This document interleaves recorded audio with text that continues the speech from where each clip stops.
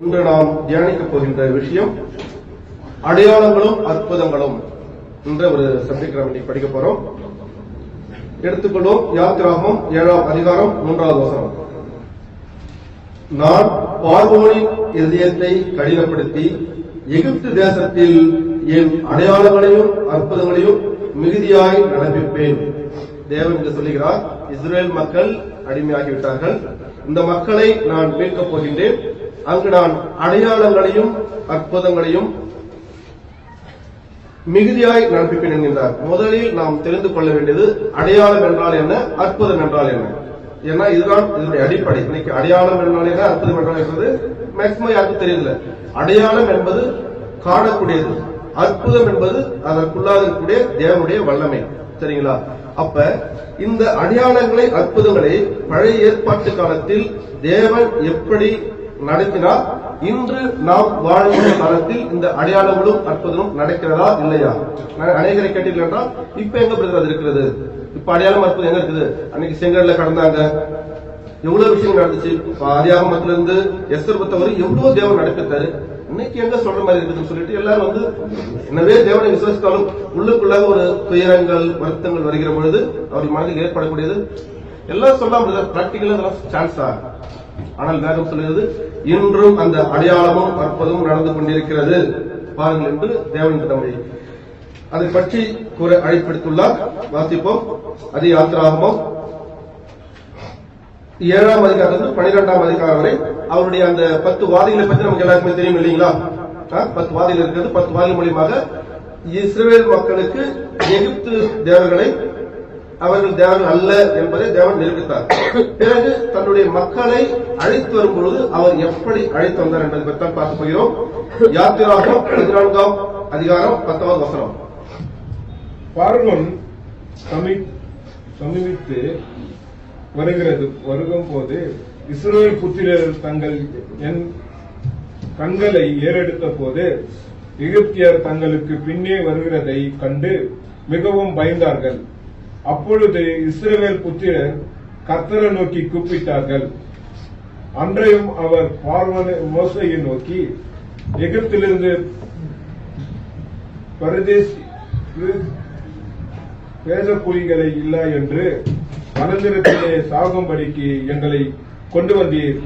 நீர் எங்களை எகிப்திலிருந்து புறப்பட்ட பண்ணினால் எங்களுக்கு இப்படி செய்தாய் என்றார்.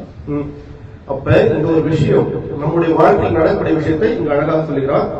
பார்வோன் சமீபத்து வருகிற பொழுது இஸ்ரவேல் புத்திரர் தங்கள் கண்களை ஏறெடுத்து பார்த்து எகிப்தியர் தங்களுக்கு பின்னே வருகிறதை கண்டு மிகுந்து பயந்தார்கள். அப்ப நம்முடைய வாழ்க்கையில் ஒரு பிரச்சனை வருகிறது. நம்முடைய வாழ்க்கையில் இன்றும் ஒரு பொருளாதாரம், பிள்ளைகளை பற்றின ஒரு எதிர்காலத்தினுடைய கவலை, பயம், அநேக காரியங்கள் வருகிறது. ஆனால் நம்முடைய சிந்தனை எதை சார்ந்திருக்கிறது? பயம். என்ன நடந்துருமோ, ஏது நடந்துருமோ, அந்த வாழ்க்கை இப்படி நடந்துவிடுமோ, பிள்ளைகளுடைய எதிர்காலம் கேள்விக்குறி ஆகிவிடுமோ, எல்லா நேரத்திலும் பயம்.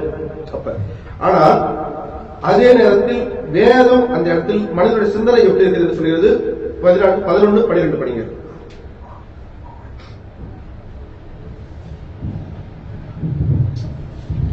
அன்றியும் அவர்கள் மோசேயை நோக்கி எகிப்திலே பிரேத குழிகள் இல்லை என்றோ வனாந்தரத்திலே சாகும்படி எங்களை கொண்டு வந்தீர். நீர் எங்களை எகிப்திலிருந்து புறப்பட பண்ணினால் எங்களுக்கு இப்படி செய்தது என்ன? நாங்கள் எகிப்திலே இருக்கும் போது நாங்கள் எகிப்திற்கு வேலை செய்ய எங்களை சும்மா விட்டுவிடும் என்று சொன்னோம் அல்லவா? நாங்கள் வனாந்தரத்திலே சாகிறதை பார்க்கிலும் எகிப்திற்கு வேலை செய்கிறது எங்களுக்கு நலமாயிருக்குமே என்றார்கள். முதலில் நமக்கு ஏற்படுத்துவது பயம். நாம் கரெக்டாக எதை படித்தோம்? 14:10 படித்தோம். எந்த ஒரு பிரச்சனை வந்தாலும் வாழ்க்கையில் பிரச்சனை என்பது மனிதனுக்கு இல்லாமல் இல்லை. இந்த பிறப்பிலிருந்து மரணம் வரை ஏதோ ஒரு வகையில் அது பொருளாதாரமாக இருக்கலாம், உறவுகள் மூலமாக இருக்கலாம், பிள்ளைகள் மூலமாக இருக்கலாம், வேலை சார்ந்திருக்கலாம். கண்டிப்பாக ஏதோ சின்ன சின்ன பிரச்சனை வரும். ஆனால் மனிதனுக்கு முதலில் ஏற்படுவது மிகப்பெரிய பயம். என்ன ஆகிவிடும், ஏதாகிவிடும். அப்பொழுது நம்முடைய குழம்புல தான் சொல்றேன், அங்க பிரேத குழியில என்று எங்களை அழைத்து வந்தீர்களா? நாம் சொல்லுவோம், நான் பிறக்காம இருந்திருக்கலாமே, எனக்கே அவ்வளவு உபத்திரம், மனுஷனுடைய கஷ்டங்கள் வரும். ஆனால் வேதம் சொல்லுகிற அந்த இடத்தில் யாத்திராகமம் 14:14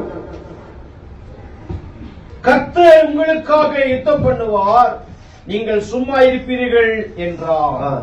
எளிமையா கர்த்தர் பார்த்துக் கொள்வார். நீங்கள் தேவனுடைய பிள்ளைகள், தேவனால் தெரிந்து கொள்ளப்பட்ட பிள்ளைகள், நீங்கள் சும்மா இருங்க, அவ்வளவு போதும். ரொம்ப புலம்பாதீங்க. அதுதான் புதிய ஏற்பாடு பேசும்போது கவலைப்படுகிறனாலே ஒரு சரீரத்தை அளவோடு கூட்டிக் கொள்ள முடியுமா, குறைக்க முடியுமா இயேசு சொன்னார். இங்க அதான் சொல்கிறார், சும்மா இருங்கள். எதுக்காக புலம்புகிறீர்கள்? வந்த வழியே போய்விடும். அதை பற்றி நீங்கள் கவலைப்படக்கூடாது. முதலில் பார்த்தோம், இந்த சமூகத்தில் பயம் ஏற்படும், அதனால் நமக்குள் தேவையற்ற கலக்கங்கள் ஏற்படும். ஆனால் வேதம் ஒன்றே சொல்லுகிறது, சும்மா இரு. அப்படி சும்மா இருந்தால் என்ன நடக்கிறது? அடுத்து சொல்கிறார் அழகாக, அப்பொழுது கர்த்தர் மோசேயை நோக்கி, நீ இடத்தில் முறையிடுகிறது என்ன? புறப்பட்டு போங்கள் என்று இஸ்ரவேல் புத்திரருக்கு சொல்லு. நீ உன் கோலை ஓங்கி உன் கையை சமுத்திரத்தின் மேல் நீட்டி சமுத்திரத்தை பிளந்து விடு. அப்பொழுது இஸ்ரவேல் புத்திரர் சமுத்திரத்தின் நடுவாக வெட்டாந்தரையிலே நடந்து போவார்கள். அழகா சொல்கிறார், சும்மா இருங்க. நீங்க எல்லாத்தையும் பார்க்காதீங்க. தேவன் கிட்ட வரைக்கும் வரவேற்பார், ஆனால் உங்களை எதுவும் ஆண்டு கொள்ளாது. காரணம், நீங்கள் வழிபடுகிற தேவன் சர்வ வல்லவர். அப்ப என்ன சொல்றாரு? கடலின் மேல் உன் கோலை நீட்டு, கடல் பிளக்கும். அப்ப அந்த அடையாளம் என்ன, அற்புதம் என்ன? அடையாளம், கடல் பிளக்கிறது அடையாளம், அற்புதம் என்ன?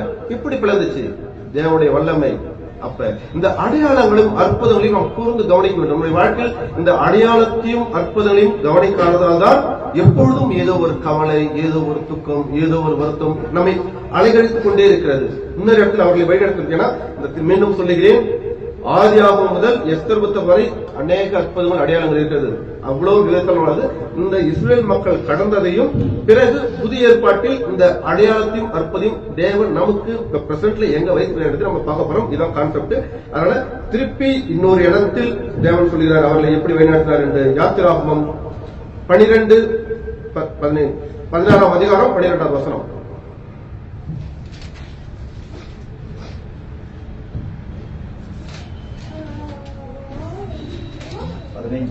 16 அதிகாரம் 12 வசனம். இஸ்ரவேல் புத்திரரின் முறுமுறுப்புகளை கேட்கிறேன். நீ அவர்களோடு பேசி, நீங்கள் சாயங்காலத்திலே இறைச்சியை புசித்து விடிய காலத்திலே அப்பத்தை திப்பித்தாகி, நான் உங்களுக்கு தேவனாகிய கர்த்தர் என்பதை அறிந்து கொள்ளுங்கள் என்று சொல் என்றார். அப்படி 15 படிக்கிறது.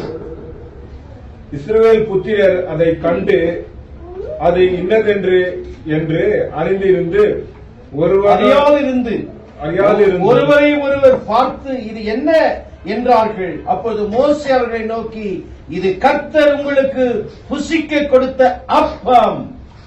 தேவன் தன்னுடைய மக்கள் பசியாயிருந்து வானத்திலிருந்து அப்பத்தை பொழிந்தார்.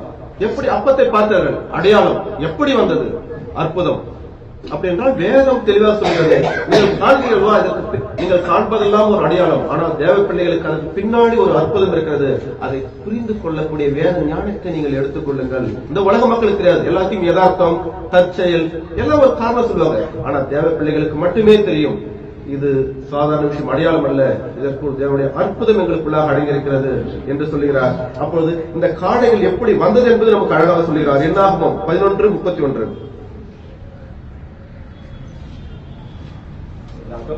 என்னாகமம் 11 அதிகாரம் 31 வசனம்.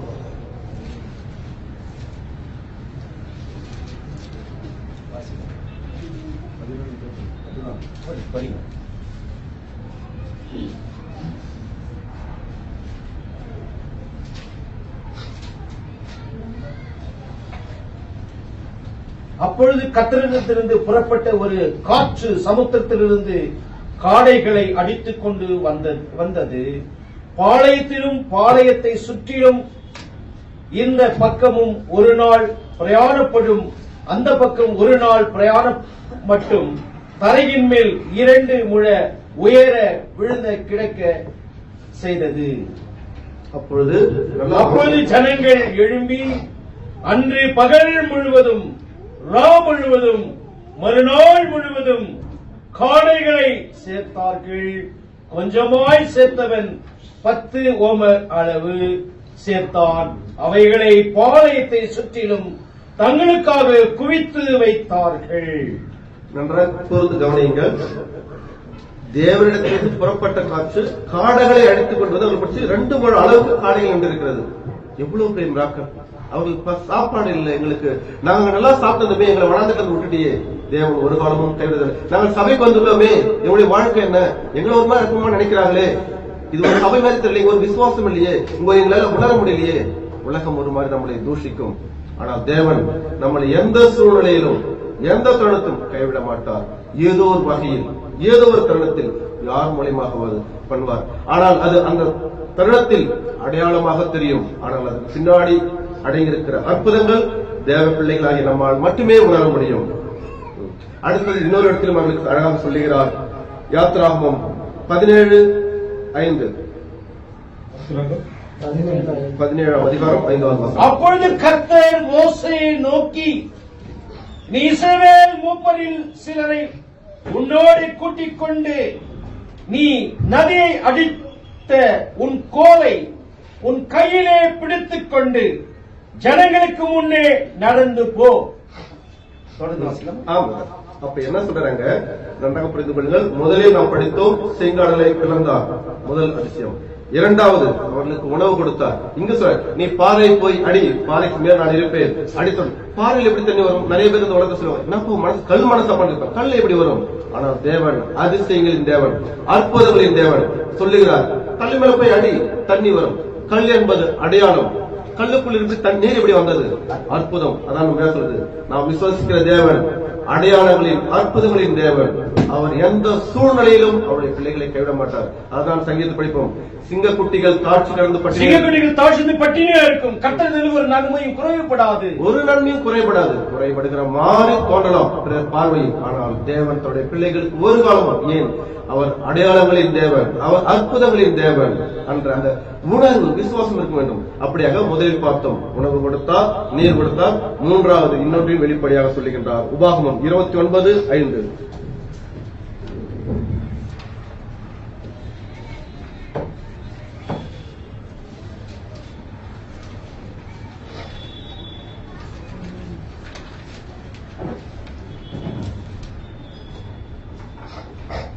கர்த்தராகி நான் உன் தேவன் என்று உங்கள் தேவன் என்று நீங்கள் அறிந்து கொள்ளும்படிக்கு நான் 40 வருஷம் உங்களை வனாந்தரத்திலே நடத்தினேன்.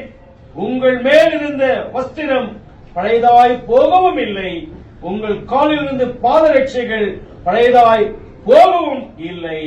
சாத்தியமான விஷயமா இது? 40 வருடம் ஒரு ஆடை பழையதாக ஆக மாட்டேது, செருப்பு தேவையும் மாட்டேங்குது. யோசிக்கிறான், புரியல, எப்படி கட்டாக்குது? இதான் அவனுக்கு அடையாளம். எப்படி பழுதாவல? அதுதான் அற்புதம், அதுதான் அதிசயம், அதுதான் மிராக்களின் தேவன். அவர் உன்னை தெரிந்து கொண்டு விட்டால் எந்த சூழலிலும் எந்த தருணத்திலும் நீ எப்படி வேணா போ, எந்த பதிலா போ, அவர் உன்னை பலப்படுத்த, குணப்படுத்த, திடப்படுத்த வல்லவராய் இருக்கிறார். ஆனால் அவரை மட்டும் முயற்சி செல்ல வேண்டும், வார்த்தைக்கு உட்பட்டு செல்ல வேண்டும். அப்படி நீ செய்கிற பொழுது அவர் செய்கின்ற அடையாளங்களையும் அற்புதங்களையும் கண்கூடாய் காண்பாய். பிறருக்கு அது இது எப்படி வருதுப்பா, இது யதார்த்தம்பா, எல்லாம் நடக்கும். ஆனால் தேவ பிள்ளைகளால் உணர முடியும், இது சாதாரணமாக நடக்கவில்லை. சர்வத்தையும் படைத்தவர் எனக்கு உள்ளாக எனக்கு கேட்கிறார், அந்த உணர்வு அங்கதான் வரும். இதோடு இன்னும் ஒரு சாட்சியை பார்த்துவிட்டு புதிய ஏற்பாட்டில் இன்றைய காலத்தில் நாம் போவோம். எலியாவை பற்றி தியானிப்போம். 1 ராஜாக்கள் 17:4-6. அந்த ஆற்றின் தண்ணீரை குடிப்பாய், அங்கே உன்னை போஷிக்க காகங்களுக்கு கட்டளையிடுவேன் என்றார். தேவன் சொல்லுகிறார் எலியாவை பார்த்து, அந்த ஆற்றின் நீரை குடி, உனக்கு உணவு கொடுக்கும்படி நான் காக்கைகளுக்கு கட்டளையிடுவேன். காக்கை என்பது ஒரு அடையாளம். காக்கை எப்படி உனக்கு வந்து கொடுக்கும்? அதுதான் தேவன் செய்யக்கூடிய அற்புதம். தேவன் விலங்கை கொண்டு நம்மளை போஷிப்பார். தேவன் நினைத்தால் எதையும், எல்லாம் அவருடைய சிருஷ்டிப்பு. அதான் சொல்லுவார், 2 காசுகளுக்கு 5 அழைக்கக்கூடிய ஸ்திரீகளே, அவைகளில் ஒன்று கூட தேவனை சித்தம் இல்லாமல் விடாது. அப்படி என்றால் வேதம் என்ன சொல்லுகிறது? நீங்கள் பாருங்கள், உங்களுடைய வாழ்க்கையில் சின்ன சின்ன விஷயங்கள் அற்பமாய் தோன்றும், அதெல்லாம் அடையாளம். அதற்குள் இருக்கிறது என்னுடைய அற்புதங்கள். ஒரு இடத்தில் விலங்கை கொண்டு சொல்கிறார், அடுத்தது மனிதனை கொண்டு அப்படியே சொல்லுகிறார். 17-11 படிங்க, அப்படியே 11-16 வரைக்கும். 17ஆம் அதிகாரம் 11 முதல் 16 வரை. கொண்டு வர அவள் போகிற போது அவன் அவளை நோக்கி கூப்பிட்டு, கொஞ்சம் அப்பமும் உன் கையிலே எனக்கு கொண்டு வா என்றான். அதற்கு அவள், பானையில் ஒரு பிடி மாவும் கலயத்தில் கொஞ்சம் எண்ணெயுமே அல்லாமல் என்னிடத்தில் ஒரு அடையும் இல்லை என்று உம்முடைய தேவனாகிய கர்த்தருடைய ஜீவனை கொண்டு சொல்லுகிறேன். இதோ நானும் என் குமாரும் சாப்பிட்டு செத்து போக அதை எனக்கும் அவனுக்கும் ஆயத்தப்படுத்துகிறதற்கு 2 விறகு பொறுக்குகிறேன் என்றான். அப்பொழுது எலியா அவளை பார்த்து, பயப்படாதே, நீ போய் உன் வார்த்தையின்படியே ஆயத்தப்படுத்து. ஆனாலும் முதல் அதிலே எனக்கு ஒரு சிறிய அடையை பனி எழுத்தில் கொண்டு வா, பின்பு உனக்கும் உன் குமாரனுக்கும் பண்ணலாம். கர்த்தர் தேசத்தின் மேல் மழையை கட்டளையிடும் நாள் மட்டும் பானையின் மா செலவழிந்து போவதும் இல்லை, கலசத்தின் எண்ணெய் குறைந்து போவதும் இல்லை என்று இஸ்ரவேலின் தேவனாகிய கர்த்தர் சொல்லுகிறார். அப்ப இங்க அழகாக சொல்லுகிறார், ஒரு விதவை கைம்பெண். அவன் சொல்கிறார், அடுத்த வேலை உணவுக்கு எங்களிடத்தில் ஒன்றும் இல்லை, நாங்கள் இந்த உணவோடு சாக போகிறோம். ஆனா எலியா தீர்க்கதரிசி மூலமாக தேவன் சொல்லுகிறார், எனக்கு முதலில் கவனி, என்னை பார், உன்னையும் புஷிப்பேன், உன் பிள்ளையும் காப்பாற்றுவேன், உன் குடும்பத்தார். நீங்க அப்புறம் தொடர்ந்து படிச்சுனா வரும், அவன் குடும்பத்தார் முழுவதும் உணவு சாப்பிட்டார் என்று. அப்ப வேதம் சொல்லுகிறது, எனக்கு செவி கொடுங்கள், யார் யார் விசேஷனை கொண்டு, என்னுடைய தீர்க்கதரிசி கொண்டு, என்னுடைய சகோதரனை கொண்டு உன் வீட்டை நான் பூஷிப்பேன். உன்னை ஒரு காலம் நான் கைவிடப் போகிறதில்லை. நான் கைவிட தேவன் அல்ல, நான் மாற்றி பேசுகிற தேவன் அல்ல. அப்ப இந்த இடத்தில் என்ன அடையாளம்? மாவு என்பது ஒரு அடையாளம். அற்புதம் என்ன? குறையாமல் இருக்கிறது. இதான் நமக்கு தேவன் பலவகையில் முதலில் ஒரு விலங்கை கொண்டு, காகத்தை கொண்டு உணவு கொடுத்தார் ஒரு தீர்க்கதரிசிக்கு. இங்கு ஒரு விதவை பெண்ணை கொண்டு அவனையும் போஷிக்கிறார், அந்த குடும்பத்தையும் போஷிக்கிறார். நமக்கு மூன்றாவது ஒரு அடையாளத்தையும் காட்ட நமக்கு எழுதி காட்டுகிறார். 19ஆம் அதிகாரம் 6வது வசனம், 6-7 அதே அதிகாரம் 1 ராஜாக்கள்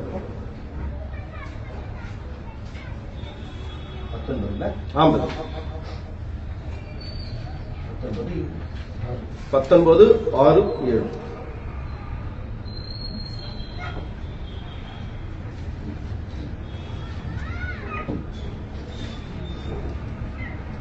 அவன் விழித்து பார்க்கிற போது, இதோ தலையில் சுடப்பட்ட அடையும் ஒரு பாத்திரத்தில் தண்ணீரும் அவன் தலைமாட்டில் இருந்தது. அப்பொழுது அவன் புசித்து குடித்து திரும்ப படுத்துக் கொண்டான். கர்த்தருடைய தூதன் திரும்ப 2ஆம் தரம் அவனை தட்டி எழுப்பி, எழுந்திருந்து போஜனம் பண்ணு, நீ பண்ண வேண்டிய பிரயாணம் வெகு தூரம் என்றான். தேவனுடைய நாமத்திற்கு ஸ்தோத்திரம். அழகாக இங்கு சொல்லுகிறார் தேவன்.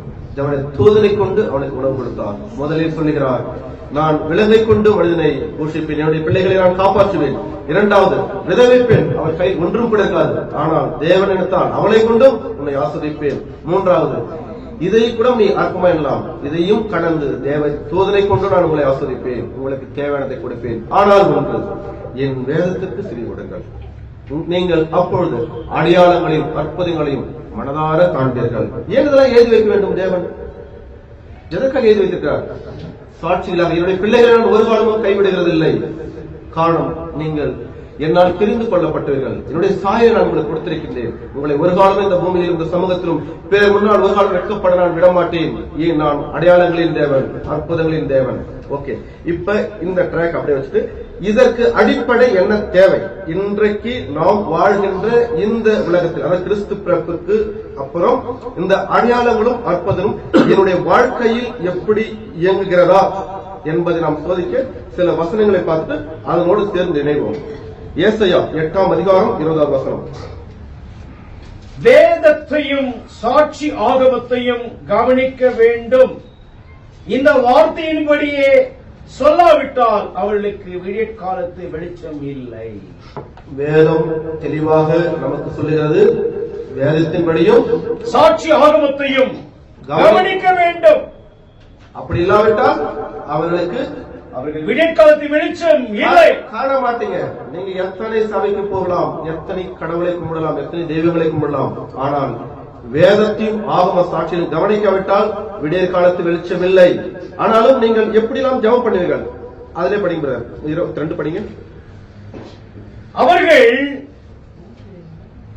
அண்ணாந்து பார்ப்பார்கள், பூமியையும் நோக்கி பார்ப்பார்கள். ஆனாலும் இதோ இக்கட்டும் அந்தகாரமும் இருக்கும். இடுக்கத்தால் இருளடைந்து அந்த காலத்திலே தள்ளுண்டு அலைவார்கள். ஆமாம், அவர்கள் ஜெபம் செய்வார்கள், வானத்தை பார்த்து கை தூக்கி ஜெபம் செய்வார்கள், கத்துவார்கள், கூறுவார்கள், அழுவார்கள்.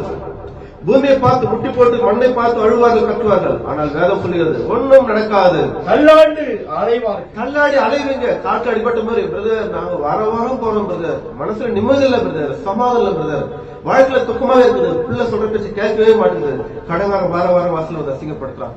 எப்படி நடக்கும்? வேதத்துக்கு செவி கொடுக்கலையே, சபைக்கு போய் என்ன பிரயோஜனம்? வேதம் வெறும் 66 புத்தகம். நீங்க ஒரு லாயர் ஆசிரியர் பாத்தீங்கன்னாக்கா அவ்வளவு நாசட்டங்களான புத்தகங்கள் அடக்கப்பட்டிருக்கும். ஒரு அழிந்து போகக்கூடிய இந்த உடலை காப்பதற்கு அத்தனை புத்தகங்களை படிக்கிறான். ஆனால் நம்முடைய ஆத்மாவை தூய்மையாக்கி அதற்கு ஜீவனை கொடுத்து நித்தியத்திற்கு கடத்தக்கூடிய ஒரே ஒரு புத்தகம். இந்த புத்தகத்தை பற்றின அறிவில்லை என்றால் முடியுமா? வாழ்க்கை குணமடைய முடியுமா? அதனால் எப்பொழுதும் இந்த வேதத்தை அப்படி என்றால் இப்படி சொன்னது யாருன்னு தெரியுமா? இந்த ஏசியா தீர்க்கதரிசனம் 8ஆம் அதிகாரத்துல பேசியிருக்கிற நபர் யாருன்னு தெரியுமா? ஏன்னா பழைய ஏற்பாட்டுல தேவனும் பேசியிருக்கார், கர்த்தரும் பேசுறார், பரிசுத்தாவும் பேசியிருக்காரு. ஆனா இந்த வசனத்தை பேசுற யாருன்னு நான் உங்களுக்கு கடைசியில சொல்றேன். சரிங்களா? சரி, இப்ப சொல்லிட்டாரு. இதன் பிரகாரம் இதை சொன்னவர் நடந்தாரா பார்ப்போம். மத்தேயு இயேசு கிட்ட இயேசுக்கு ஒரு சோதனை காலம் வருகிறது. பிசாசானவன் இயேசு நேரத்தில் வருகிறான். இயேசு எப்படி அவருடைய சோதனைகளை கைக்கொள்கிறார்? மத்தேயு 4ஆம் அதிகாரம் 3-4. அப்பொழுது சோதனைக்காரன் அவரிடத்தில் வந்து, நீர் தேவனுடைய குமாரனே ஆனால் இந்த கல்லுகள் அப்பமாகும்படி சொல்லு என்றான். அவர் பிரயத்திரமாக மனுஷ அப்பத்தினாலே மாத்திரமல்ல, தேவனுடைய வாழ்வு புறப்பட ஒவ்வொரு வார்த்தையினாலும் பிழைப்பான் என்று எழுதியிருக்கிறதே என்றார். நமக்கும் சோதனைகள் வருகிறது வாழ்க்கையில். நாம் எதை கொண்டு அதை கையாளுகிறோம்? இயேசு கிறிஸ்து வந்தால் 40 நாள் முடிஞ்சிச்சு. இப்பொழுது நினைத்தாலும் அவர் சாப்பிடலாம். எப்பொழுது என்றால் நாம் எப்பொழுது பூரணமாக இருக்கின்றோமோ அப்பொழுதுதான் சோதனை வரும். பரவாயில்ல, எல்லாம் தான் முடிஞ்சிருச்சு, நடந்துருச்சு, கடந்துருச்சு, பரவாயில்ல வாங்க பிரதர், கிறிஸ்துமஸ் வாங்க, இப்படி வாங்க, சபைக்கு வாங்க, சின்ன மெசேஜ் கொடுங்க, 8000 ரூபாய் கொடுப்பாங்க, ப்ளீஸ் நீங்க வேற நல்லா சொல்றீங்க பிரதர். அங்கேயும் மக்கள் தானே கேட்க போறாங்க. எனக்கு அழைப்பு வந்தாங்க, கிறிஸ்துமஸ்க்கு அழைப்பு விடுத்தாரு. 5000 ரூபாய் ஃபீஸ் வரல சொன்னாங்க. பிரதர் நீங்க வேற அழகா சொல்றீங்க, ஜஸ்ட் ஒரு ½ hour மெசேஜ். உள்ளதை உள்ளது என்றும் முடியும். வேதத்துக்கு உட்பட்டு எங்க அழைத்தாலும் நான் வரதையா? வேதத்துக்கு அப்பாற்பட்டு நீ கோடி ரூபாய் கொடுத்தாலும் நான் வரமாட்டேன். அப்ப என்ன சொல்றா? இயேசு ஒரு சோதனை எப்படி ஜெயிக்கிறார்? பசி எடுக்குது, அவருக்கு தெரியும், அவர் மிராக்கிள் பண்ணாரு. அவரு 5000 பேருக்கு உணவு கொடுத்தவர், அவருக்கு படிக்க தெரியாதா? விசுவாசமான அப்படிதான் நம்மளை சோதிப்பான். ஆனால் அதை நம்ம எப்படி நம்ம சேபத்தை கொண்டு கையாளுகிறோமா, வேதத்தை கொண்டு கையாளுகிறோமா? இயேசு அந்த இடத்துல பத்தி என்ன சொன்னாரு? மனிதன் அப்பத்தால் மனுஷன் அப்பத்தினாலே மாத்திரமல்ல, தேவனுடைய வாழ்வில் புறப்பட ஒவ்வொரு வார்த்தையினாலும் பிழைப்பான் என்று எழுதியிருக்கிறதே என்றார். இதுல நாம் அண்டர்லைன் பண்ண வேண்டியது எழுதியிருக்கிறதே. அப்போது எழுதப்பட்டதுக்கு மிஞ்சி பேசல. இரண்டாவது, முதலில் 3 வகையான சோதனை வருது. ஆவியிலும் ஆத்மாவிலும் சரீரத்திலும் அவருக்கு சோதிக்கப்படுகிறார். முதலில் உடலில் ஜெயித்து விட்டார். இரண்டாவது அதே 4ஆம் அதிகாரம் 6-7 படிங்க. நீ தேவனுடைய குமாரனே ஆனால் தாழ குதியும், ஏனெனில் தம்முடைய தூதனுக்கு உம்மை குறித்து கட்டளையிடுவார். உமது பாதம் கல்லில் எழாதபடிக்கு அவர்கள் உம்மை கைகளில் ஏந்தி கொண்டு போவார்கள் என்பதா எழுதியிருக்கிறதே என்று சொன்னான். அதற்கு இயேசு, உன் தேவனாகிய கர்த்தரை பரீட்சை பாராதிருப்பாயாக என்று எழுதியிருக்கிறதே என்றார். இங்கு முதலில் தேவன் ஒரு வசத்தை மேற்கொள்ளி காட்டி பிசாசானவனை துரத்துகிறார். ஆனால் பிசாசான் சொல்கிறார், அவனு வார்த்தை வசத்தை எடுக்கிறான், வாப்பா நீ மேல இருந்து குதிப்பா, உன்னதான் ஏந்திக்காக எழுதிருக்கிறது இல்லையா? இங்கும் நமக்கு அநேக வசனங்களை சொல்லி இன்னைக்கு புரட்டுவார்கள். அதிக ஜனம் உண்டு. தேவன் சிவனிலே ஆபிரகாமுக்கு கட்டளை கொடுப்பார். அநேக டிவி நீங்க போய் பார்க்கலாம். மாமிச ஆசீர்வாதங்களை கொடுத்தே இந்த மக்களை ஏமாற்றக்கூடிய கூட்டங்கள் அநேகமாக இருக்கிறது. ஆனால் நாம் ஆவிக்குரிய நம்முடைய வாழ்க்கை லட்சியம் ஒன்றே ஒன்று, ஜீவனை கொண்டு நித்திய ஜீவனை அடைய வேண்டும். ஆனா பூமியில கைவிட்டு விடுவாரா? இல்லை. முதலாவது தேவனுடைய ராஜ்யத்தையும் நீதியும் தேடுங்கள், இவர்கள் கூட கொடுக்கும் என்று கூட கொடுக்கப்படும். எதை சொன்னார்? நீங்க அதே மத்தியில் இப்ப படிக்க வேண்டாம். அதே மத்திய 6:25 தெரியும். உணவுக்காக ஏன் கவலைப்படுகிறீர்கள்? நீர்காயின் கவலைப்படி உடைக்காயின் கவலைப்படுகிறீர்கள், வானத்து பறவைகளை பாருங்க. அப்ப அத உணவுக்காக உடையதான் உங்களுக்கு பிரச்சனை. நீங்க மாமிச சிந்தனையா இருக்கிறீங்க, ஆவிக்குரிய சிந்தைக்குள்ள வாங்க. நான் உங்களுக்கு தானாக கொடுக்கப்படும். நீங்கள் போகின்ற இடத்தில் உங்கள் கண்களில் கிருபை கிடைக்கும்படி நான் செய்வேன். சர்வத்தையும் படைத்தவர் நான். அப்போது இந்த இடத்துல சொல்றது, நான் எதை சொல்கிறேன் என்றால், நம்மை அநேகம் பேர் ஆசீர்வாதம் என்று ஈரசெவர் எழுப்புவார்கள், வேதத்தின் பிரகாரமே பேசுவார்கள். ஆனால் சபை, அந்த சபை எப்படி நடக்கிறது, வேதத்துக்கு உட்பட்டு நடக்கிறதா என்பதை பார்த்துதான் நாம் அவருடைய வார்த்தையை கேட்க வேண்டும். ஏன்னா மரத்தின் கனிகளை கொண்டு மரத்தை பாருங்கள். வேற ஒன்று சொல்லுது, அவன் பேசுவான். அவன் சபையோட இடத்துல போய் பாரு, அந்த சபையில் இருக்கிற மக்களுடைய சமாதானத்தை பாரு, அந்த சமாதானோடு நீங்க செல்லுங்கள். நம்மளுக்கு அதான் சொல்றது. மூன்றாவது ஒரு சோதனை வருகிறது, அதே 4ஆம் அதிகாரம் 9, 10.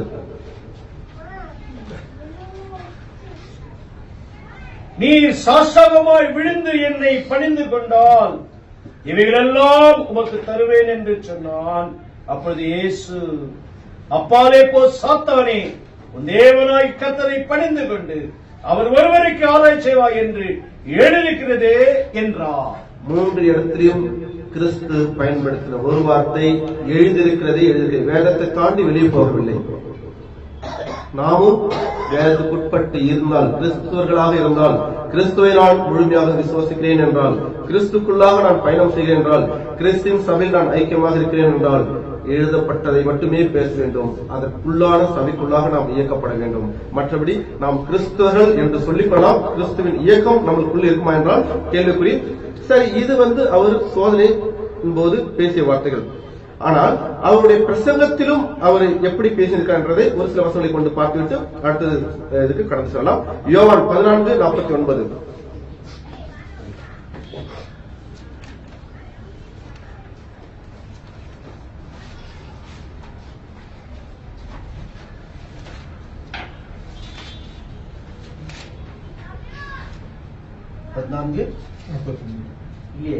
ஒரு நிமிஷம். 12:10 படிங்க. 12:10. ஆமாங்க.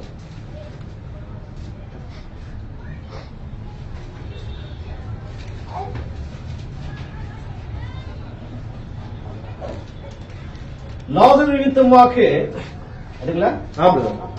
யூதர்களின் அநேக ஒரு நிமிஷம். 13ஆம் அதிகாரம் 10வது வசனம்.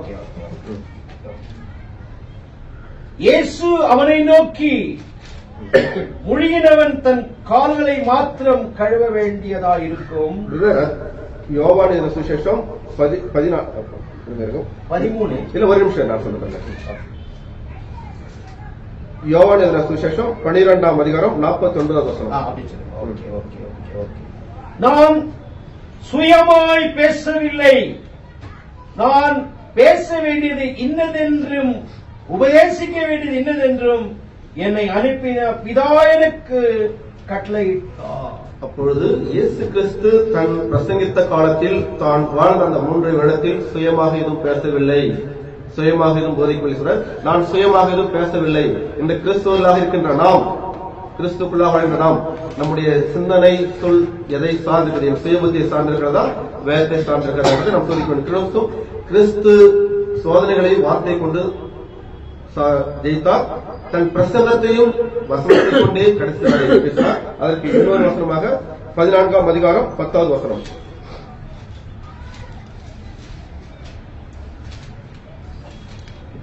நான் பிதாவிலும் பிதா என்னிலும் இருக்கிறதை நீ விசுவாசிக்கிறது இல்லையா?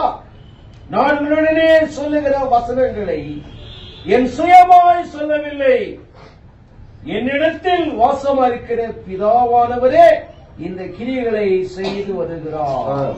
தேவன் மீண்டும் கிறிஸ்து மூலமாக கிறிஸ்து சொல்லுகிறார், நான் சுயமா எதுவும் பேசவில்லை, நான் இன்றும் அதுதான் உங்களுக்கு சொல்லுகிறேன்.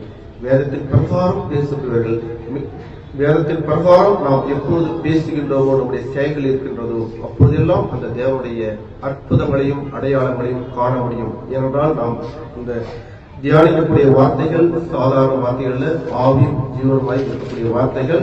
அதனால் எப்பொழுதும் கிறிஸ்துக்குள்ளாக இருக்க வேண்டும். 2வது தாவீது குமாரன் சொல்லப்பட்ட இயேசு கிறிஸ்து எப்படி சொன்னாரோ தாவீதும் அப்படிதான் பேசியிருக்கின்றார்.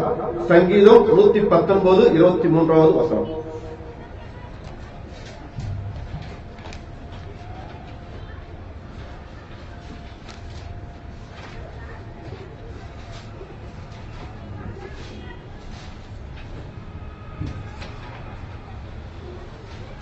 சங்கீதம் 19 119 23வது வசனம். உமது ரட்சிப்புக்கும் உமது நீதியின் வார்த்தைக்கும் காத்திருக்கிறதுனால் என் கண்கள் பூத்து போகிறது. கரெக்டுங்களா? ஒரே நிமிஷம் brother.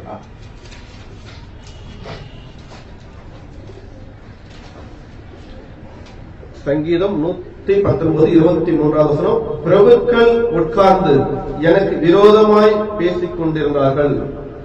உமது அடியோனோ உமது பிரமாணங்களை தியானிக்கிறேன். இன்றும் நம்முடைய வாழ்க்கையில் நமக்கு எதிராக நம்முடைய சொந்த பந்தங்கள், வேலை ஸ்தலங்களில், அநேக இடங்களில், சில சபைகளில் கூட நடக்கிறது. பின்னாடி பேசுகிறது, சதித்திட்டம் போடுகிறது, நிறைய நடக்கும். ஆனால் தாவீது அரசர் என்ன பண்ணி கொண்டிருக்கிறார்? பிரமாணங்களை தியானிக்கிறேன். நாம் அப்படிதான். நமக்கு பின்னாடி யார் என்ன வேணாலும் பேசிக்கிட்டோம், எவ்வளவு வேணாலும் பேசிக்கிட்டோம்.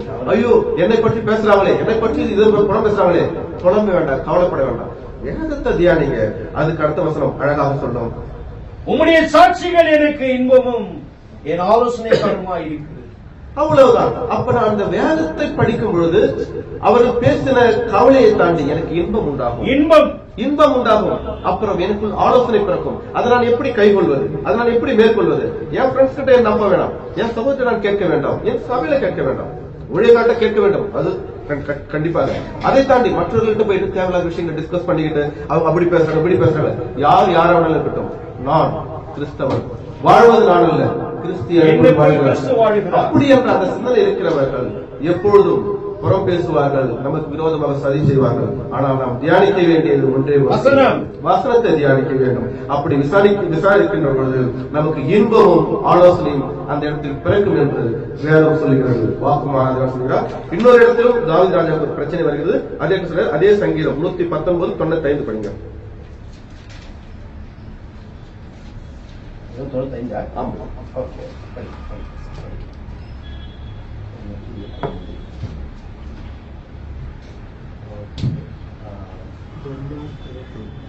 துன்மார்க்கு என்னை அழிக்க காத்திருக்கிறார்கள், நான் உமது சாட்சிகளை சிந்தித்துக் கொண்டிருக்கிறேன். நம்முடைய வாழ்க்கையிலும் அவ்வளவுதான். துன்மார்கர் நம்மளை அழிக்க காத்துக் கொண்டிருக்கிறார்கள், திட்டம் தீட்டுவார்கள், என்ன வேண்டாம் கூடாது. ஆனால் நாம் செய்ய வேண்டியது ஒன்றே ஒன்று வேதம் சொல்லுகிறது. என்ன சொல்லி? சாட்சிகளை சிந்தித்துக் கொண்டிருக்கிறேன். சாட்சிகள். நம்ம இப்ப படிச்ச பத்தி செங்கல்ல பத்தி படிச்சோம். செங்கல் எப்படி கடந்தார்கள், அவளுக்கு எப்படி உணவு கொடுத்தார், அவளுக்கு எப்படி நீர் கொடுத்தார், அவள் டிரஸ் எப்படி இருந்துச்சு, அவருடைய செப்பல் எப்படி இருந்துச்சு. எலியாவை பத்தி படிச்சோம். விலங்கை கொண்டு அவரை உணவு கொடுத்தார், விதவை கொண்டு உணவு கொடுத்தார், தேவ தூதரை கொண்டு கொடுத்தார். அவருடைய சாட்சியை மட்டும் தியானிக்க. யாரை கொண்டு நம்மளை காப்பாத்து? இவர்தான் ஒருவர், அவர்தான் ஒருவர். நம்ம என் உயிரை காப்பாற்றணும். எல்லா நேரத்தில் வந்து கொஞ்சம் லேட்டா இருந்தாக்கா அட்மிட் பண்ணிருக்க முடியாது. தேவன் தன் பிள்ளைகளை எப்படியும் போஷிக்க தயாராக இருக்கின்றார். ஆனால் ஒன்றே ஒன்று, எது நடந்தாலும் வசனத்தை தியானிக்க வேண்டும். தேவனே என்னுடைய சூழல் எப்படி இருக்கிறது, பிதாவே என்னுடைய மனநிலை எப்படி இருக்கிறது, நான் என்ன செய்வது? புத்தகத்தில் படிப்போம். அநேக சாட்சிகள் இருக்கிறது. புராணங்கள், யூடியூப், பேஸ்புக் எல்லாத்திலும் போயிட்டு பிலாசபி கேட்டுங்க. அன்னைக்கு நிறைய பேர் பிலாசபி, தியாலஜி அதை கேட்கிறோம். மன உடைச்சலாம், இதை பாருங்கள், அதை பாருங்கள், துக்கமா 4 விஷயங்களை கற்றுக்கொள்ளுங்கள், 10 விஷயங்களை கற்றுக்கொள்ளுங்கள். ஊர்பட்ட கதை பேசுவாங்க, அதை நாம் ஆர்வம் காணணும். வேதத்துல தாவீது ராஜா அழகா சொல்றாரு. இஸ்ரவேல் மக்களுக்கே இன்றும் அவருடைய கல்லறை இருக்கிறது சாட்சியாக. அவர் சொல்லுகிறார், என்னை சுற்றி எவ்வளவு பிரச்சனைகள் நடந்தது, ஒன்றே ஒன்று, சாட்சிகளை அவைகள் எனக்கு ஆலோசனையாக இருக்கிறது. அதை சொல்லிட்டு சொல்றாரு, இன்பமா இருக்கிறது, இது இன்பமா இருக்குது. ஆனா இன்னொரு இடத்துல சொல்றாரு, இதுக்கப்புறம் சொல்றாரு, நான் வேதத்தை படிச்சதால நான் எப்படியாப்பட்ட வாழ்க்கை வாழ்ந்தேன்னு சொல்லிட்டு ஒரு கட்டுரை கொடுக்கிறாரு. நான் மெய் செலுத்து அது படிச்சது. அப்படியே அதனுடைய தொடர்ச்சியை படிங்க. மேல 97 படிங்க. 97. உமது வேதத்தின் நான் எவ்வளவோ பிரியமா இருக்கிறேன், நாள் முழுதும் அது என் தியானம். அது வேதத்தை படிக்க படிக்க என்னால எழுந்து வர முடியல. நேரம் பார்த்து 9 மணி. ஆனா படிக்கிறேன் விட்டு வர முடியல. அதுக்குள்ள பார்த்தா 1 மணிக்கு வீட்டுல திட்டுறாங்க, என்னடா ஆச்சுன்னு சொல்லிட்டு. அந்த வேதத்தை ருசிச்சு பார்க்கும்போது அதற்கு நிகரான இந்த உலகத்தில் ஒன்றுமே இல்லை. அதான் நீதிமொழி சொல்றாரு, நீ இச்சிக்கத்தக்கது ஒன்றும் இல்லை, அதற்கு நிகரல்ல. ஏன்? அதை அனுபவிக்கிறவர்களுக்கு, ருசிப்பவருக்கு மட்டுமே அதனுடைய சுகம் தெரியும். ஆனால் இதை ருசித்ததால் அவர் வாழ்க்கையில் அவர் ஏற்ற பலன் என்ன என்பதை தொடர்ந்து சொல்லிக் கொண்டு வருவார். 98 படிங்க. நீர் உம்முடைய கற்பனைகளை கொண்டு என்னை என் சத்துக்களிலும் அதிக ஞானமுள்ளவராய் இருக்கிறீர். அவைகள் என்றைக்கும் என்னுடனே கூட இருக்கிறது. அதிக ஞானம் உள்ளவனாக்கினீர். என்ன சொல்றீங்க? அதிக ஞானமுள்ளவனாக்கினீர். நீர் உன்னுடைய கற்பனைகளை கொண்டு என் சத்துக்களிலும் அதிக ஞானமுள்ளவராக்குகிறீர். அவைகளே என்றென்றைக்கும் என்னுடனே இருக்கிறது. அப்ப என்ன சொல்கிறது? நீ வேதத்தை படி. உனக்கு எதிராக எத்தனை பேர் திட்டம் போட்டாலும் அவர்களை காட்டிலும் உன்னுடைய ஞானம் மிகுதியாக இருக்கும். எந்த சூழ்நிலை எப்படி கையாள வேண்டும், யாரை எப்படி எதிர்கொள்ள வேண்டும், யாரும் எப்படி பேச வேண்டும், உலகத்தில் யாரும் கற்றுக்கொள்ள வேண்டாம். வேதத்துக்குள்ள வாங்க. சர்வத்தையும் படைத்தவன் யார்? உனக்கு அறிவை கொடுத்தவன் நான், உனக்கு ஞானத்தை கொடுத்தவன் நான், உனக்கு விவேகத்தை கொடுத்தவன் நான். என்னை நீ எந்த அளவுக்கு அன்பு செய்கிறோ அந்த அளவுக்கு உனக்கு பெருக செய்வேன். அதுக்கு அடுத்த வசனத்தை சொல்றாரு, உம்முடைய சாட்சிகள் என் ஞானமாக இருக்கிறபடியால் எனக்கு போதிக்க வேண்டிய எல்லாரிலும் அறிவுள்ளவன் ஆக்குகிறீர். எனக்கு போதிக்கிறவங்களை விட நான் ஞானமா பேசுகிறேன். என்னாலே தெரியல. எப்படி? நான் வேதத்தை படிக்கிறேன். எவ்வளவு பேர் போதிக்கிறாங்க, ஆனாலும் அவர்கள் போதனை காட்டிலும் என்னுடைய போதனை அதையும் மேன்மையாக இருக்கிறது. எப்படி? நான் வேதத்துக்குள்ளாக இருக்கிறேன். அடுத்த வசனம் படிக்கிறது. உம்முடைய கட்டளை நான் கை கொண்டிருக்கிறபடியால் முதியோர்களை பார்க்கிலும் ஞானமுள்ளவனாய் இருக்கிறேன். தேவனுடைய கட்டளைகளை கை கொள்ளுகிற பொழுது நம்ம வீட்டுல பெரிய சொல்லுவாங்க, நான் வயசுல பெரியதாப்பா, ஆனா என் பேரளவுக்கு எனக்கு அறிவில்லப்பா. இவ்வளவு ஞானமா பேசுறான், எவ்வளவு திறமா பேசுறான், இவ்வளவு விஷயத்தை எவ்வளவு அழகா அணில் பண்றான்பா. எப்படி சொல்கிறார்கள்? வேதம் சொல்லுகிறது, கை கொள்ளுகிறபடி நான் ஞானமுள்ளவனாய் இருக்கிறேன். முதியவர்களை காட்டிலும் ஞானமுள்ளவனாய் இருக்கிறேன். அப்ப இந்த நம்மள எந்த இடத்துல போட்டு சொல்றாங்க, அவனால சரியா சிந்திக்க மாட்டான்பா, அவனுக்கு ஒண்ணும் தெரியாதுப்பா. ஏன்? நாம் வேதத்துக்குள்ளாக வாழவில்லை, வேதத்துக்கு வெளியே இருந்து யோசிக்கின்றோம். வாரத்தில் ஒரு நாள் சபைக்கு போனோமா, 1 மணி நேரம் மெசேஜ் கேட்டோமா, திருப்பி வந்தோமா, பழைய குருடி கதவு திறன். இவ்வளவுதான் நம்முடைய வாழ்க்கை. பைபிளை திறக்கிறது இல்லை. என்ன? ஏன் காரணம்? ஒரு நாள் கடமைக்கு போக வேண்டும், எங்க அப்பா அம்மா சொல்லி கொடுத்துட்டாங்க, பாரம்பரியமா வந்துருச்சு. அந்த சபைக்கு அன்னைக்கு போனா இன்னைக்கு இந்த சபைக்கு வந்து நினைக்கிறேன். ஆனால் தேவனுக்கு எனக்குள்ள தொடர்பு எங்க இருக்கிறது? வேதத்தில் அல்லவா இருக்கிறது. அதை தியானிக்க வேண்டும் சொல்ற. மீண்டும் சொல்லுகிறேன், நான் அற்புதங்கள் அடையாளத்துக்குள்ளாக தான் போகிறோம். ஆனால் அதற்கான பாதை எப்படி இந்த காலத்தில் நாம் அடைவது சொன்னேன். சரி, இயேசு கிறிஸ்து எப்படி பேசினார் என்று பார்த்துக்கிட்டோம். தாவீது எப்படி பேச பார்த்தோம். அப்ப வேதம் டோட்டலாக என்ன சொல்கிறது? நீதிமொழிகளை பார்க்கிறோம். நீதிமொழிகள் 3:5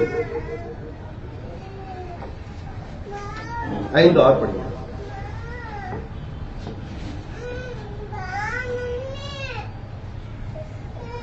உன் சுயபுத்தின் மேல் சாயாமல் உன் முழு இதயத்தோடும் கர்த்தரில் நம்பிக்கையாயிரு.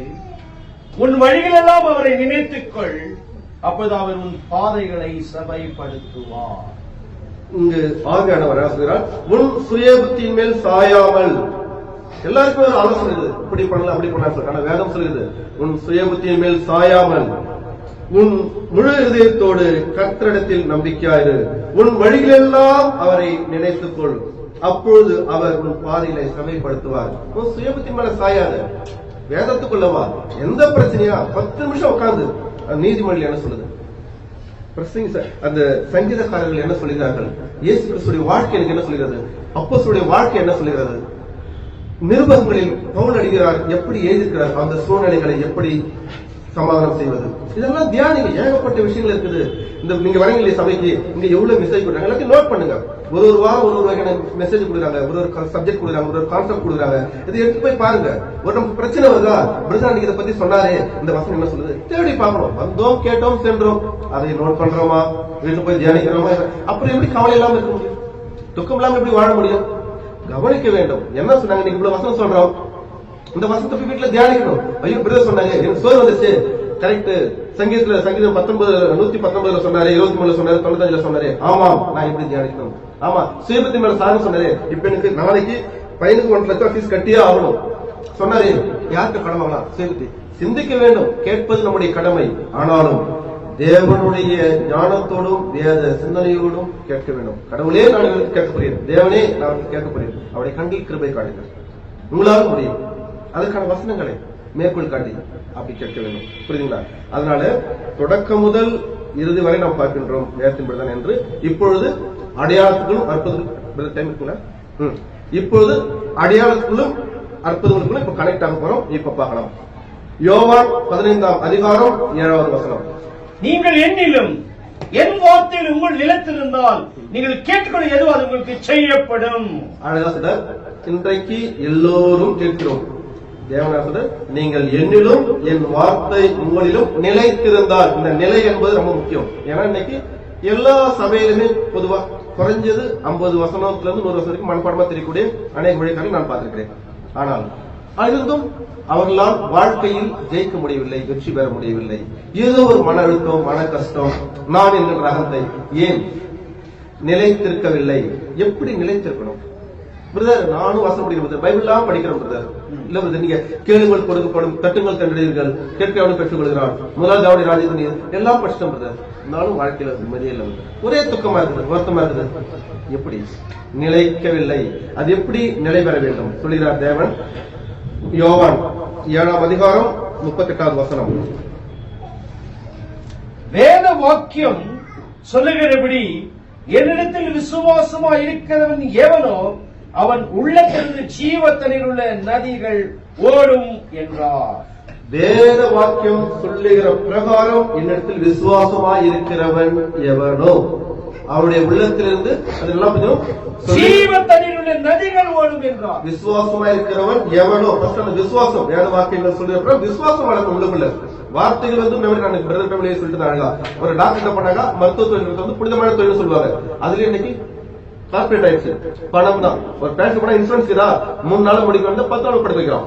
எதுக்கு? அந்த இன்சூரன்ஸ் கிளைம் ஆக வரைக்கும். ஏன் புனித தொழில் தானே தெரியாதா? அப்படி என்றால் இன்றைக்கும் இந்த வேதம் அநேகருக்கு வந்து ஞானம், அறிவாக இருக்கிறது. அந்த அறிவை கொண்டு ஆதாயம் படுத்தி வருமானத்தை தீட்டுகிறார்கள்.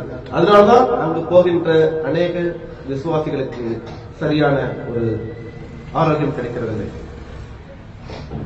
வருத்தம் தான் ஒரு வாழ்க்கையில். ஏன்? அவர்களை பொறுத்தவரை வேதம் சபை என்பது ஒரு வியாபார படமாக மாறிவிட்டது. ஆனால் இங்க சொல்றார், வேத வாக்குகள் சொல்லுகிற பிரகாரம் இடத்தில் விசுவாசமா இருக்கிறவன் எவனோ. அப்ப வேத வாக்கு, அப்ப இந்த வேத வாக்கில் விசுவாசமான எப்படி இது நம்மளுக்குள்ளாக இயங்கும்? 1 பேதுரு 1ஆம் அதிகாரம் 23ஆம் வசனம்.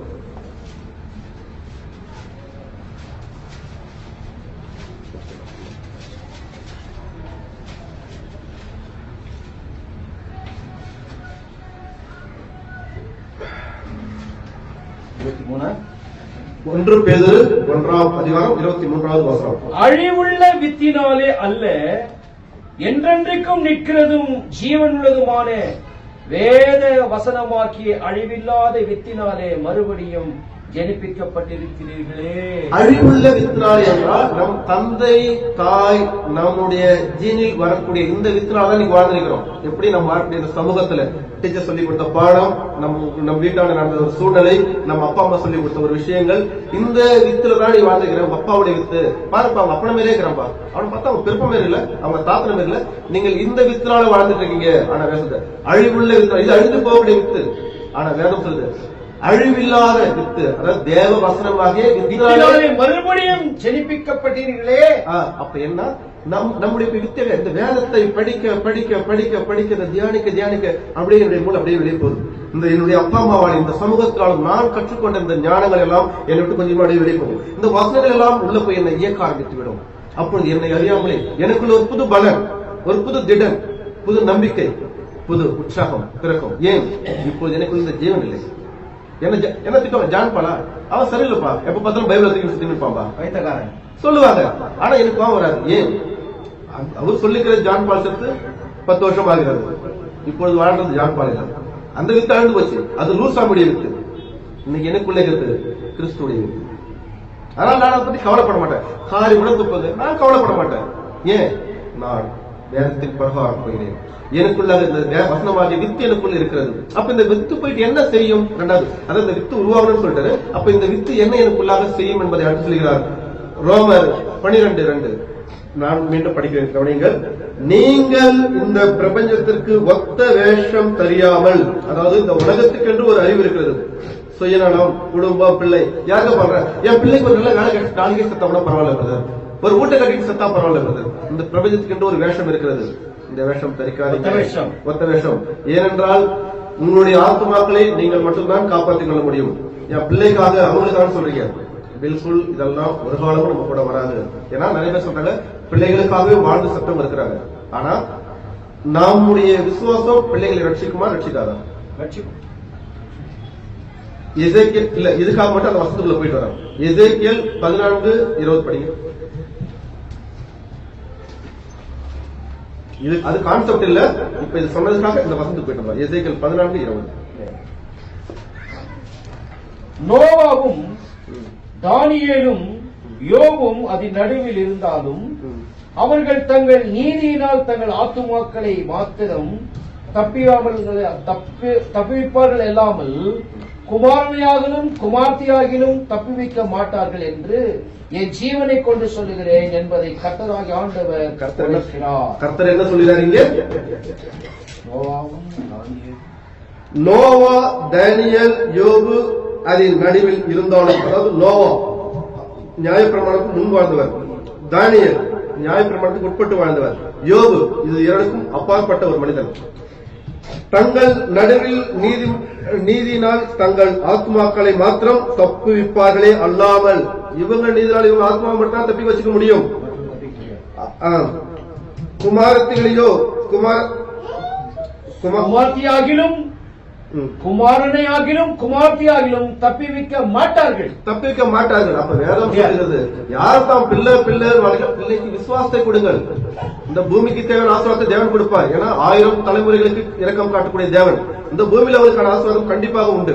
உங்களுடைய விசுவாசம் இந்த பூமியில. ஆனால் இது ரட்சிப்பு கிட்டு போமான்னு கேட்டா 100% கிடையாது. வேதம் சொல்றது, என் ஜீவனை கொண்டு சொல்லிட்டு கர்த்தரேன்னு சொல்லிருக்காரு. ஏன் 14 கூட நம்ம சொல்லிருக்காரு. அதுலயே 14 படிக்கும் பிரதர். ஆமா, அதுலயே படிக்கும்.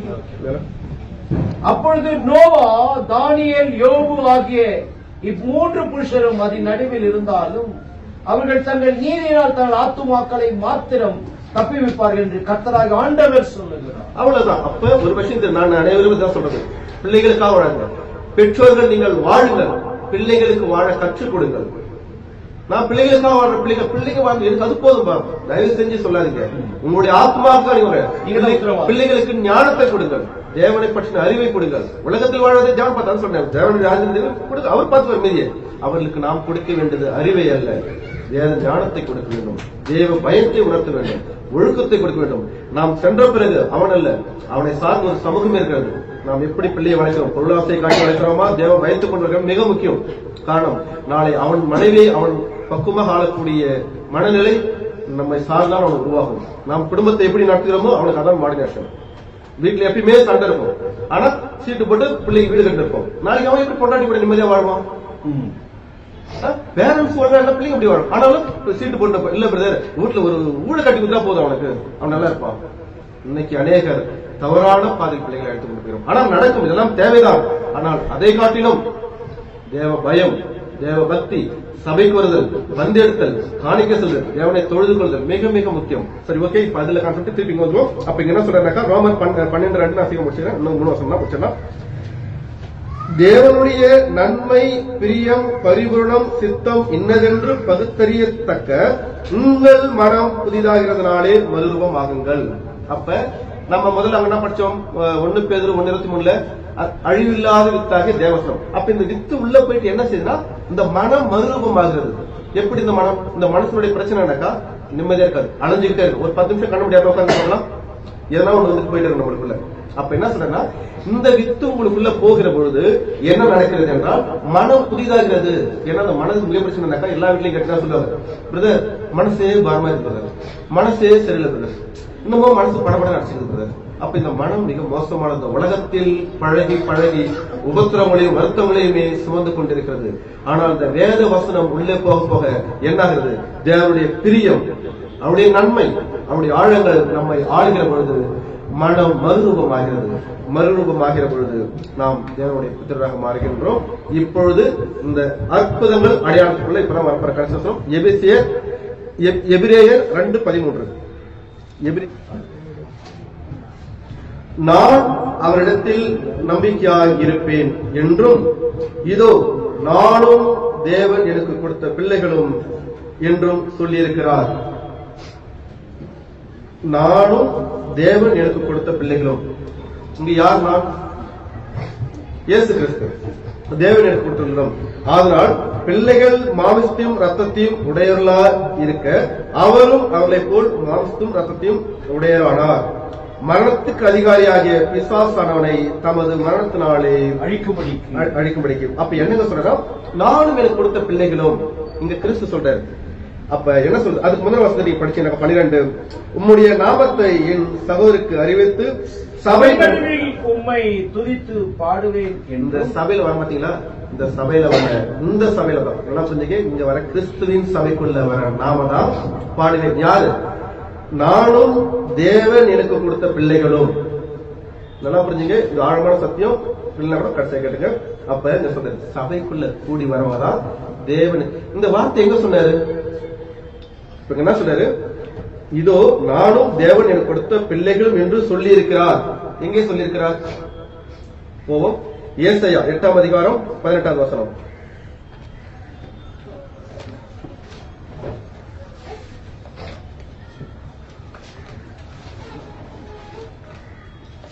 அதிகாரம் 18வது வசனம்.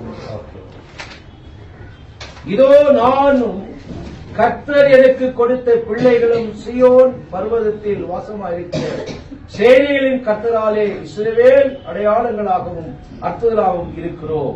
எப்படி இருக்கிறோம்?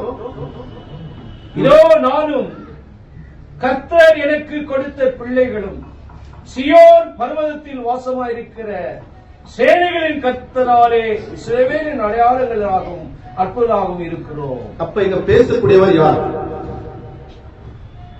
நான் என்று சொல்லுகிறது யார்? இங்க நான் என்று சொல்லுகிறது கிறிஸ்து. நன்றாக புரிந்து கொள்ளுங்கள். நாம் எபேசியர்ல படித்தோம், நானும் தேவன் எனக்கு கொடுத்த பிள்ளைகளும். எபேசியர்ல படிச்சிருந்தீங்களா? யார் சொன்னாரு? பிள்ளை சகோதரர்கள் மாமிசமா இருக்கிறது போல அவரும் மாமிசமா உருவெடுத்தார் வந்தார். அப்ப அத சொல்றாரு, இங்க இயேசு கிறிஸ்துவானவர் ஏசாயாவுக்குள்ளிருந்து பேசுகிறார். என்ன சொல்கிறார்? இதோ நானும் 17 படிங்க. நானோ யாக்கோபின் குடும்பத்துக்கும் தமது முகத்தை மறைக்கிற கர்த்தருக்காக காத்திருந்து அவருக்குள் எதிர்பார்த்திருப்பேன். இதோ நானும் கர்த்தர் எனக்கு கொடுத்த பிள்ளைகளும் சியோன் பர்வதத்தில் வாசமாயிருக்கிற சேனைகளின் கர்த்தராலே இஸ்ரவேலின் அடையாளங்களாகவும் அற்புதமாகவும் இருக்கிறோம். ஆழமான சத்தியம் இதுதான். இங்க இயேசு கிறிஸ்து பேசுறாரு. ஏசாயாக்குள்ள இருந்து இயேசு கிறிஸ்து வெளிப்படுத்துகிறார். என்ன சொல்றார்?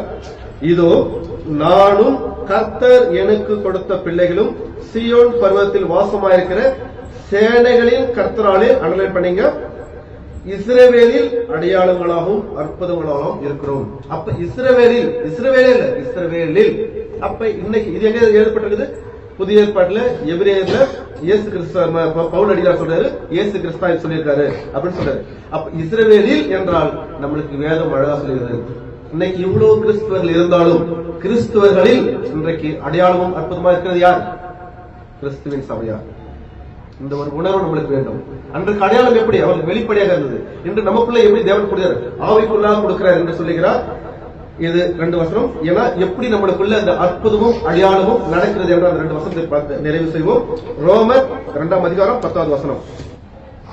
இங்கே ஆகார செய்கிறார், முன்பு யூதர்களும் பின்பு கிரேக்கர்களும் எவன் நன்மை செய்யணும். நன்மை என்றால் நீங்க நினைக்கவே சாதாரண நன்மை இல்லை. இப்ப எக்ஸாம்பிள் எடுத்துனாக்கா, நீங்க அப்போஸ்தலர் பணி 10வது அதிகாரத்துல கொர்நேலியு ஒரு மனுஷன் இருந்தார், நன்மை செய்தார், தேவனுக்கு உண்மையா இருந்தார், பிரியமா இருந்தார். ஆனால் அந்த நன்மை தேவனுக்கு போச்சா? அவருடைய வார்த்தை கொண்டு. அப்ப என்ன சொல்றா, இங்கு நன்மை செய்யணும், அதாவது வேதத்தின்படி சபைக்குள்ளாக வந்து, ஏன்னா இதுல நிறைய விஷயங்கள் இருக்கு, எனக்கு டைம் இல்ல, நான் அடுத்த வாரம் தொடர்ச்சி நான் சொல்றேன். கனமும் சமாதானம். கனம் என்றால் என்ன? இந்த உலகத்தின் மத்தியில் அடையாளம், உங்களுக்கு கனத்தை கொடுப்பேன், சமாதானம் உங்களுக்குள்ளாக பெருகும். எல்லாரும் துக்கமாக இருப்பார்கள், நீங்கள் துக்கமாக இருக்க மாட்டீர்கள். எல்லாரும் விழுந்து மடிவார்கள், நீங்கள் மடிய மாட்டீர்கள் என்பதை சொல்கிறார். ஏனென்றால் உங்களுக்குள் அற்புதங்கள் இயங்கிக் கொண்டிருக்கிறது. கிறிஸ்துவனுடைய ஆளுங்களுக்கு உங்களுக்கு வித்து மாறிவிட்டது, உங்களுடைய மனம் மாறிவிட்டது. அப்படி என்றால் இதெல்லாம் மாறுகிற பொழுது உங்களுடைய வாழ்க்கையில் எல்லாருக்கும் ஏற்படுகின்ற உபத்திரவம் உங்களுக்கும் ஏற்படும். ஆனால் நீங்கள் அவர்களை போல் கவிழ மாட்டீர்கள், விழ மாட்டீர்கள் என்று சொல்கிறார். அதுதான் சொல்றாரு, கனத்தையும் சமாதானத்தை கொடுப்பேன்னு சொல்றாரு. இந்த கனமும் சமாதானமும் எப்படி புற மக்களுக்கும் உங்களுக்குமான வித்தியாசத்தை காட்டும் என்பதை 2 கொரிந்தியர் 8ஆம் அதிகாரம், 2 கொரிந்தியர் 4ஆம் அதிகாரம் 8, 9, 10. நாங்கள் எப்பக்கத்திலும் நெருக்கப்பட்டு ஒடுங்கி போவதில்லை, அடக்கமடைந்தும் மன முறிவு அடைவதில்லை. நாங்கள் எப்பக்கத்திலும் நெருக்கப்பட்டும் ஒடுங்கி போகிறதில்லை. அவ்வளவுதான். நம்மளை எல்லா பக்கத்திலும் நம்மளை ஒடுக்குவார்கள். இந்த சமூகம் ஒடுக்கும், நம்முடைய குடும்பம் ஒடுக்கும், பொருளாதாரம் ஒடுக்கும், நம்ம வேலை ஸ்தலங்கள் ஒடுக்கும். ஆனால் எப்பக்கத்தில் ஒடுக்கப்பட்டாலும் ஒடுங்கி போகிறதில்லை, ஒடுங்கி போக மாட்டோம். ஏன்? கலக்கம் அடைந்தும் மன முறிவு அடைவதில்லை. நாங்கள் அற்புதங்களாகவும் அடையாளம் இருக்கிறோம். இந்த உலகத்தில் சர்வத்தையும் படைத்துடைய அற்புதங்களும் அடையாளங்களுமாக இந்த கிறிஸ்துவின் சபையாக இருக்கிறது. அதனால் நாங்கள் கலக்கம் அடைய மாட்டோம். அடுத்த வசனம் என்ன? துன்பப்படுத்தப்பட்டும் கைவிடப்படுவதில்லை. துன்பப்படுத்தப்படுவோம். பிறரால, நம்ம சொந்த மதத்தால, பிள்ளைகளால, கணவரால, மனைவியால, பலராலையும் அநேக துன்பப்படும். ஆனால் நாங்கள் கைவிடப்படுகிறது இல்லை. ஏன்? கீழே தள்ளப்பட்டும் மடிந்து போகிறதில்லை. கீழே தள்ளப்பட்டும் அடைய மாட்டோம். ஏன்? சர்வத்தையும் படைத்த சர்வ வல்லவருடைய ஜீவன் வித்து எனக்குள் இருக்கிறது. அதனால் நாங்கள் மதுரவமாகி உள்ளோம். எல்லாரும் விழுவார்கள். எங்கள் கண் முன்பாக 16,000 பேர் விழுவார்கள். ஆனால் நாங்கள் விழுந்து போகிறதில்லை. ஏன்? எங்களுக்குள் சர்வத்தையும் படைத்தவருடைய ஜீவன் வித்து வசனம் சத்தியத்தில் ஜெனிப்பித்த எங்களை இயக்கிக் கொண்டிருக்கிறது. எல்லாரும் பயப்படுவார்கள். நாங்கள் பயப்பட மாட்டோம். பார்வோன் மன்னர் துரத்தி கொண்டு வந்தார். மக்கள் பயந்தார்கள். அவர் ஒன்றே ஒன்று சொன்னார், சும்மா இருங்கள். கடல் பிளந்தது. பசித்தார்கள், ஒன்றுமில்லை. வானத்தில் உணவை கொடுத்தார். தண்ணீர் கேட்டார்கள், ஒரு குழியை காட்டிருக்கலாம். ஆனால் இல்லாததில் இருக்கிறதை செய்யக்கூடிய தேவன் அவர். கல்லை தொடு. ஏன் கல்ல தண்ணி வருமா? இந்த மக்கள் அடையாளங்களை அப்போது காண வேண்டும் என்று சொன்னார். ஆனால் இன்று நமக்கு சொன்னார், நான் உங்களுக்குள்ளாக இருந்து இயக்குகின்றேன். இந்த உலக மக்கள் மாதிரியே நீங்கள் சமமாக இருப்பீர்கள். நீங்கள் பெருசாக தெரிய மாட்டீர்கள். ஆனால் ஒன்றே ஒன்று, நீங்கள் சபை கூடி வாருங்கள். சபை கூடி வருகிற போது நீங்கள் அடையாளமாக இருக்கின்றீர்கள். நீங்கள் வீட்டில் செல்லும் பொழுது உங்களுடைய உபத்திரங்கள் ஒவ்வொன்றிலும் அற்புதங்களை நீங்கள் காண்பீர்கள். இதுவே நான் உங்களுக்கு கொடுக்கக்கூடிய அடையாளமும் அற்புதமும். தேவனுக்கு சித்தமானால் மீண்டும் ஒரு வாரம் உங்களை சந்திக்கலாம்.